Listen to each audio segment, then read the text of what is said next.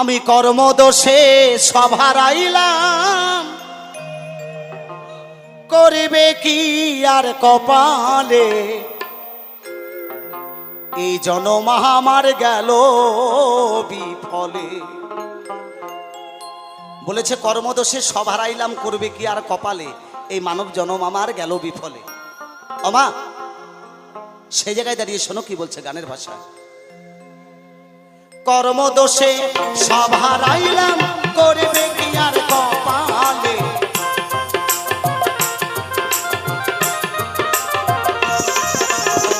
কর্মদোষে সব হারাইলাম, করবে কি আর কপালে, জনম আমার গেল বিফলে, মানব জনম গেল বিফলে। জয় জয় শ্রী গুরু বৈষ্ণব গোসাই প্রেমানন্দে হরি হরি বল।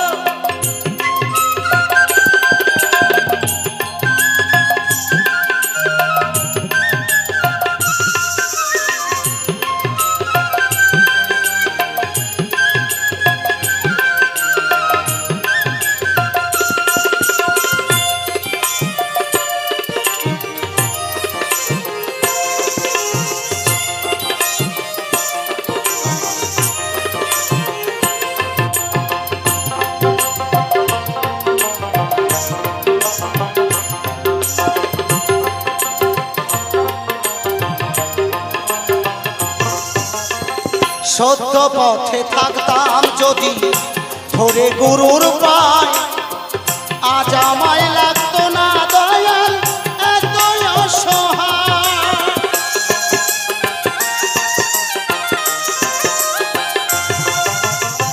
বলেছে সত্য পথে থাকতাম যদি ধরে গুরুর পায়, আজ আমায় লাগতো না দয়াল এত অসহায়। আমরা সময় থাকতে গুরু ধরি না, তাই না মা? এখনকার ছেলেমেয়েরা জানে না গুরু কি জিনিস, এখনকার ছেলেমেয়েরা গুরু কি জিনিস সেটাই জানে না বাবা। তাদের কাছে এখন গুরু কি মোবাইল, ফেসবুক, ইউটিউব, তাই না? এখন বর্তমান ছেলে মেয়েদের গুরু। এই জন্য অল্প বয়সের ছেলে মেয়েদের চেহারাখানা দেখবেন বান্দরের চোষা আমের আটির মতো হয়ে গেছে। হ্যাঁ, গুরু কি জিনিস জানে না তারা।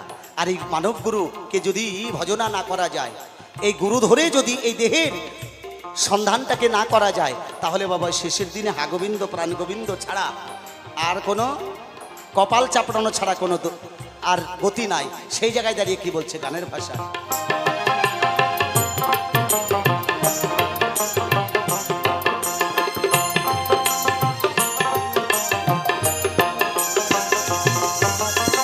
সত্য পথে থাকতাম যদি ধরে গুরুর পায়, আজ আমায় লাগতো না দয়াল এত অসহায়। দেহখানা ছাই করিলাম করে কামিনীর কোলে,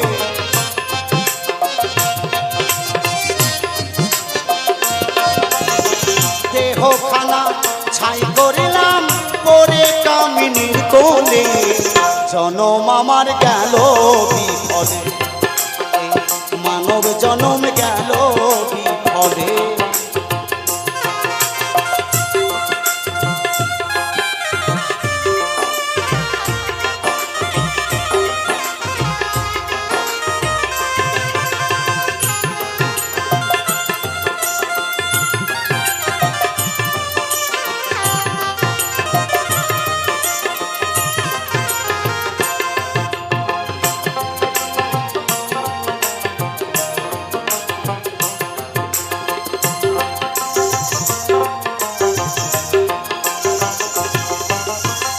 করতাম যদি সময়ের সেই সদ্ব্যবহার, দেখতাম না দয়ালার চোখে এত অন্ধকার।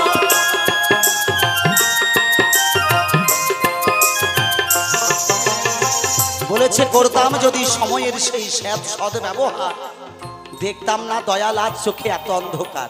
ওমা আমরা সময় থাকতে গুরু ধরি না, কারণ সনাতন ধর্মের নীতি অনুসারে অদীক্ষিতের হাতে জল সদা সর্বদাই মূত্রতুল্য হয়। সাধুগুরু বৈষ্ণবের বাজারে আমরা এটা শুনতে পাই। মা অদীক্ষিতের হাতে জল খাওয়া আর পেশাব খাওয়া দুটোই সমান। এই জন্য সাধুগুরু বৈষ্ণব যদি কারো বাড়িতে যায়, আগে গিয়ে ডেকে ডেকে বলে, মা তোমার দীক্ষা মন্ত্র হয়েছে। যদি দীক্ষা মন্ত্র নেওয়া হয় তাহলে সাধুজি সেই বাড়িতে জল পান করে, আর যদি দীক্ষা মন্ত্র না হয় সেই বাড়িতে জল পান করে না। কারণ অদীক্ষিতের হাতে জল সদা সর্বদাই মূত্রতুল্য হয়। ওমা, নারদমণি যেখানে বসে হরিনাম কৃষ্ণ নাম করে, নারদমণি যখন চলে যায় সেখান থেকে 1.25 হাত মাটি কেটে ফেলে দেওয়া হয়। নারদমণি ডেকে ডেকে বলে, ভগবান শ্রীকৃষ্ণের ঠাই প্রভু, আমি সদা সর্বদা আপনার নাম গুণগান করি, কিন্তু আমি যেখানে বসে হরিনাম কৃষ্ণ নাম করি সেখান থেকে কেন 1.25 হাত মাটি কেটে ফেলে দেওয়া হয়? ভগবান শ্রীকৃষ্ণ ডেকে ডেকে বলছে, নারদমণি তুমি কি দীক্ষা মন্ত্র নিয়েছ? বলছে, না প্রভু, আমি তো দীক্ষা মন্ত্র নেই নাই। বলে, এই জন্য তুমি যেখানে বসে হরিনাম কৃষ্ণ নাম করো সেখান থেকে 1.25 হাত মাটি কেটে ফেলে দেওয়া হয়। নারদমণি বলছে, প্রভু তাহলে আমার উপায়? বলে, আগামী দিন সকালবেলা তুমি ঘুম থেকে উঠে যার মুখ সর্বপ্রথম দর্শন করবে তার কাছে তোমাকে দীক্ষা মন্ত্র নিতে হবে। প্রভুর আদেশ অনুসারে নারদ পরের দিন ঘুম থেকে উঠিল। ঘুম থেকে উঠে নারদমণি একটা শূকরের রাখালকে দেখিবারে পেল।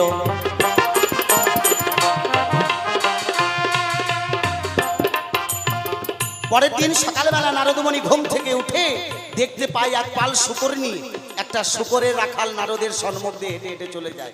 ওমা, ওই শূকরের রাখালের কাছে কি আর দীক্ষা মন্ত্র নেওয়া যায়?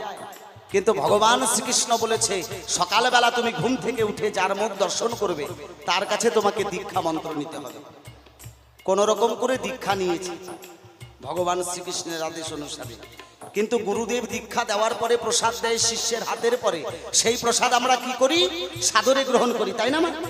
কিন্তু নারদমণি যখন ওই প্রসাদখানা গুরুদেব হাতে দেয়, নারদমণি প্রসাদখানা নিয়ে পেছনের দিকে ঘৃণা ভরে প্রসাদখানা ফেলে দেয়।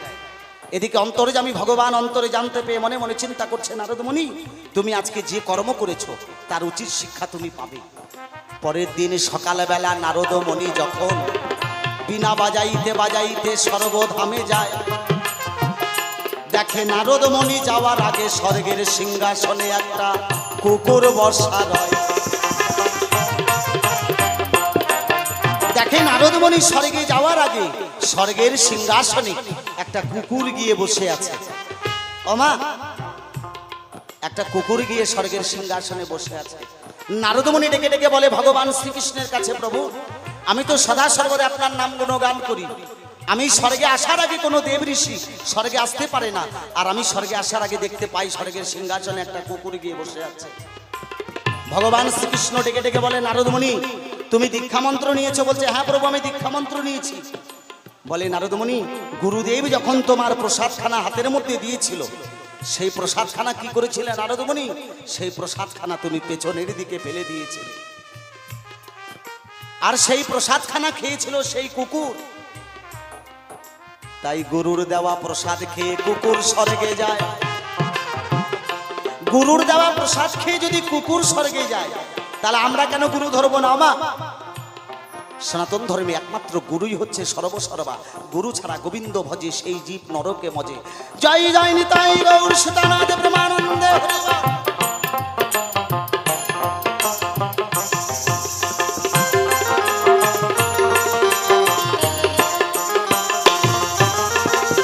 এ জীবনে যা করেছি সবই ছিল ভুল, কেমন করে দেব গুরু ভুলের মাসুল।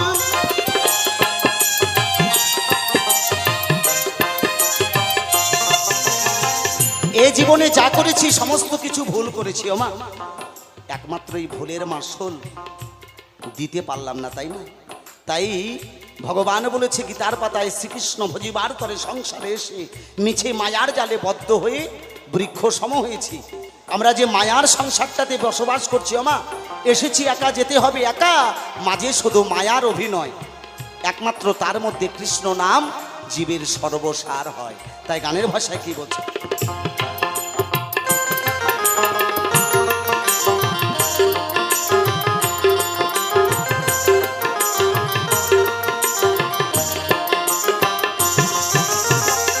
এ জীবনে যা করেছি সবই ছিল ভুল, কেমন করে দেব গুরু ভুলের মাসুল।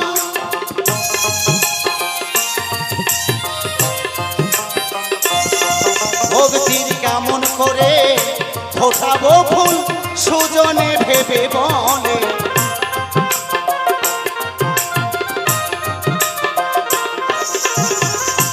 ভক্তির কেমন করে ফোটাবো ফুল সুজনে ভেবে বলে। জনম আমার গেল বিফলে, মানব জনম গেল বিফলে। কর্মদোষে সব হারাইলাম, করবে কি আর কপালে।